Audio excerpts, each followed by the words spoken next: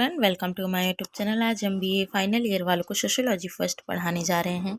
ये video BA final year वालों के लिए काफ़ी यूजफुल हो सकता है। फ्रेंड, अगर आपको ये वीडियो पसंद आए तो लाइक, कमेंट और सब्सक्राइब बेल आइकन को ज़रूर प्रेस करें, जिससे हमारी नई वीडियो की नोटिफिकेशन आपको मिल सके। तो चलिए अब हम इससे स्टार्ट करते हैं। तो फ्रेंड, आज का हमारा टॉपिक है यांत्रिक एकता क्या है। तो अब हम इसे पढ़ते हैं। यांत्रिक एकता समाज की एकरूपता पर आधारित है। यह एकता उन समूहों में पाई जाती है जहाँ की स्थितियों और कार्यों में अपेक्षाकृत अधिक समानता पाई जाती है तथा व्यक्ति की अपेक्षा समूह की प्रधानता होती है।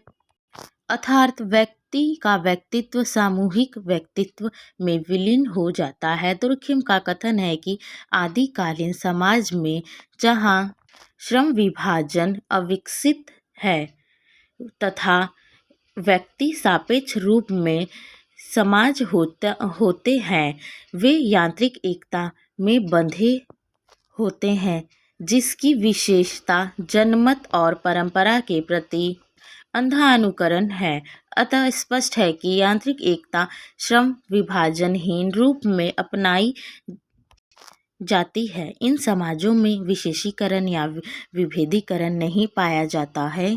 सामाजिक समूह इनमें भाग लेते हैं और इसे बनाए रखना अपना कर्तव्य समझते हैं। इसका प्रमुख कारण यह है कि उस प्रकार के समाजों में उनका संगठन छोटे आकार का होता है, अर्थात जनसंख्या भी कम थी। लोगों की आवश्यकताएं अत्यंत सीमित तथा प्राय समान होती थी। इसमें सदस्यों में मानसिक, नैतिक और सामाजिक आधार पर समानता थी।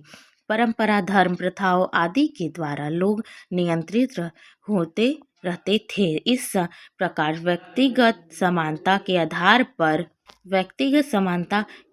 पर उस समय एक ठोस एकता थी, क्योंकि व्यक्ति के सामाजिक अथवा व्यक्तित्व जीवन में विभिन्नताएं न के समान होती थी। लोग प्रथा, धर्म, जनमत, राजा आदि के नियंत्रण में यंत्रवत कार्य करते रहते थे।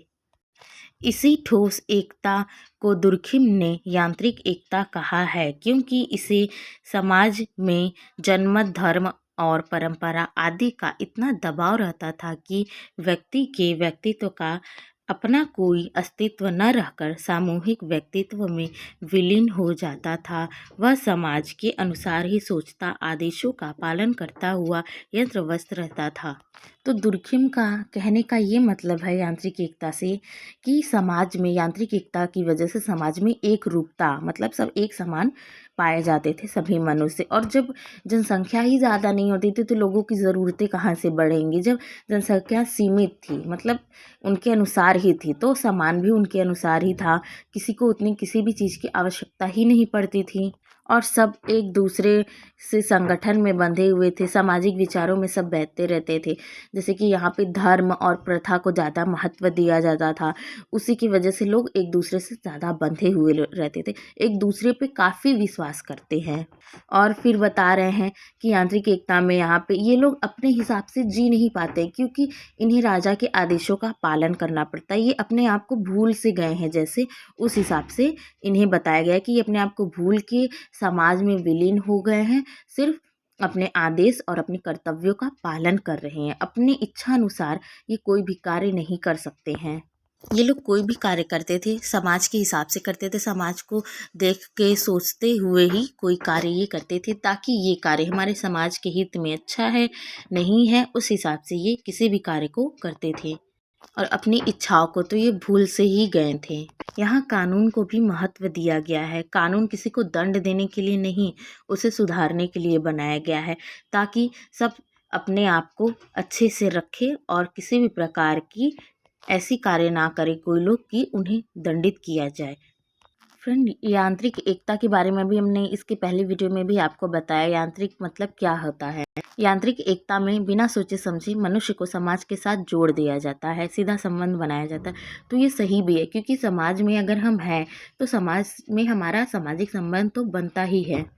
और इसमें समाज के सभी मनुष्य एक जैसे होते हैं। उनमें सामाजिक संगठन भी पाया जाता है और प्रत्येक मनुष्य समाज में जब रहता है तो वो हर कार्य को पूरा करता है। जैसे अपने कमाने के लिए कोई ना कोई कार्य करता है तो उस कार्य से उसका भी लाभ हो रहा है, बाकी लोगों का भी लाभ हो रहा है। इसी के बारे में नियंत्रण के बारे में बताया गया है। इसी के बारे में बताएं कि सामाजिक नियंत्रण क्या है या फिर यांत्रिक एकता क्या है।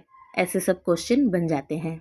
फ्रेंड, आपको क्वेश्चन जैसे भी घुमा फिरा के दे तो आपको आंसर लिखना है। जैसे कि इसमें आपसे पूछा है यांत्रिक एकता क्या है, और ऐसे भी आपसे पूछ सकता है यांत्रिक एवं स्वायवीय एकता क्या है, तो आप बता सकते हैं। क्योंकि आप यांत्रिक एकता को जान रहे हैं और स्वायवीय एकता को भी जान रहे हैं तो आप उसे अंतर करके बता सकते हैं। तो फ्रेंड, आपको ये वीडियो कैसी लगी?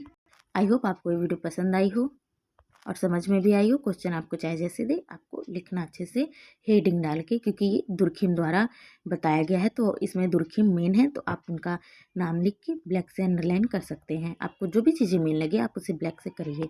फ्रेंड, कैसे लगी आपको ये video? Like, comment, subscribe, bell icon को जरूर प्रेस करें जिससे मैं नई वीडियो की नोटिफिकेशन आपको मिल सके। Thank you for watching my video.